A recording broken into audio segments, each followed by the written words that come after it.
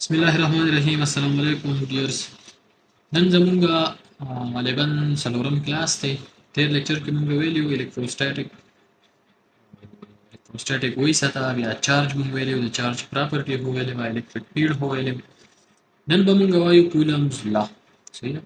کولم لا ساته وی ګوره مونږ ویلیو دوه چارجز دي. زه ما سره Q1 او دلته کې ما سره بل یو چارج پروت دی Q2.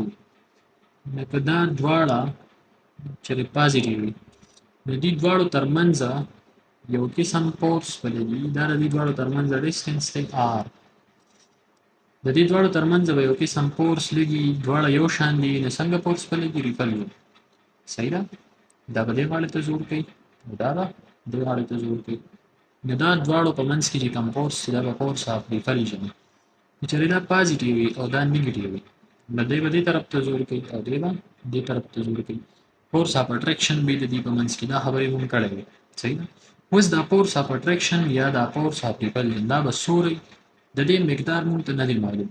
د دې مقدار د معلومېدو لپاره یو کاکا راغی چې د هغه نوم و چارلس کولم. صحیح شو. هغه وایي چې دا کوم دوه چارجز ترمنځ دا ریپلژن فورس یا اټریکشن فورس دی، دا به ډایرکټلی پروپورشنلی سره د چارجز Q1 او Q2 ته.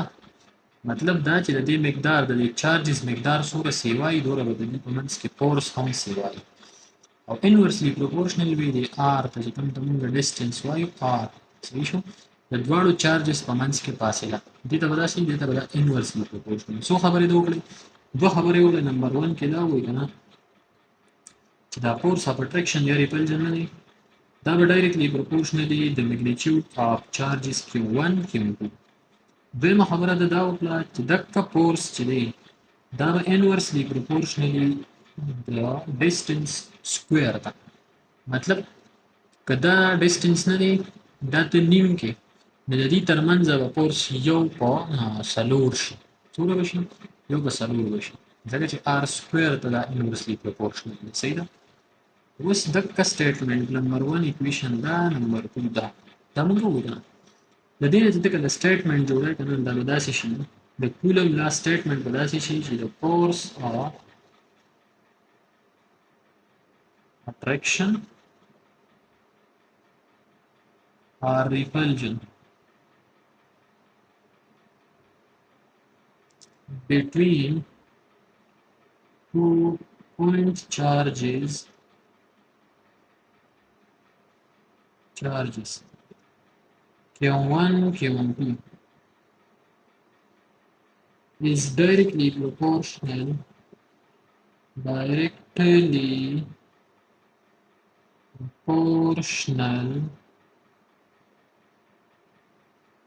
to the magnitude of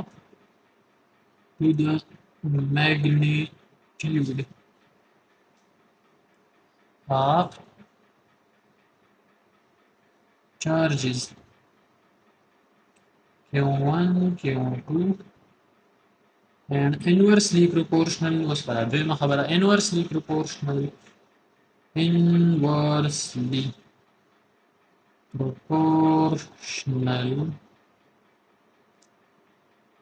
to the square of distance between them.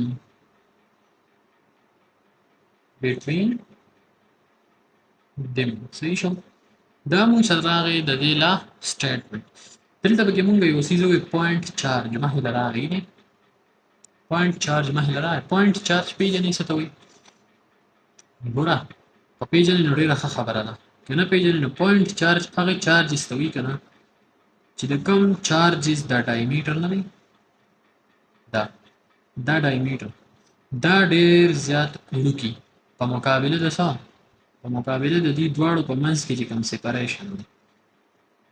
مطلب دا که نه چې دا چارجز ته به مونږ هغې پوینټ چارج وایو چې دا د یو بل نه دورې جدا وي، چې دا جداوالی د دې د ډایمیټر نه سیوالي.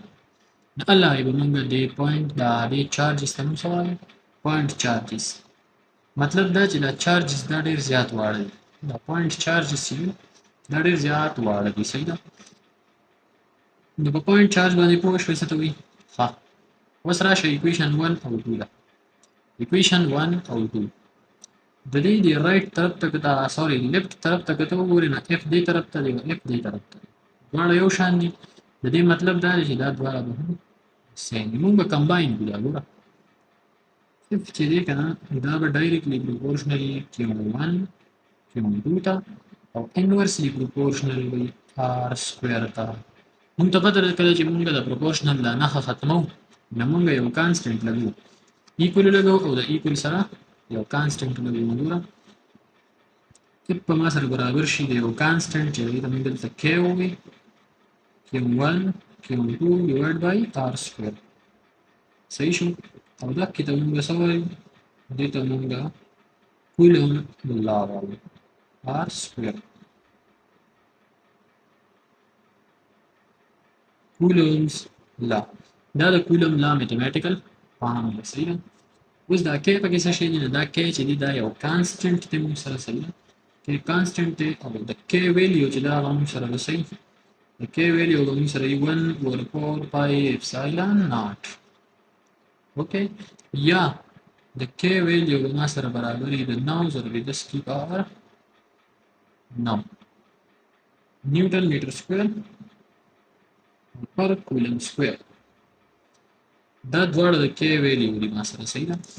په دې کې ګوره دا پور چې دا کانسټنټ دی پای ویلیو خو تاسو ته معلومه ده چې پای موږ سره برابر دی 3.14 او دا اپسیلون ناٹ دې ته څه وایي دې اپسیلون ناٹ وایي او د دې اپسیلون ناٹ ویلیو چې ده نو هغه غالبا د 8.85 ضرب 10 کی پاور -12 ده. نو دا د اپسیلون ناٹ ویلیو ده صحیح ده. نو نننی ټاپک موږ سره دا و کولم لا. دې کې څه قسمه کنفیوژن یې کوېسچن یې نه پوه شوی دی کمنټ سیکشن کې ماته ضرور ووایئ صحیح ده. او دغه سټیټمنټ و دغه کولم لا دومره ګرانه نه ده او د دې نه موږ د الکتریک فیلډ معلوموي شو. الکتریک فیلډ به څنګه معلوموي انشاءالله د سبا کې لیکچر کې وایو.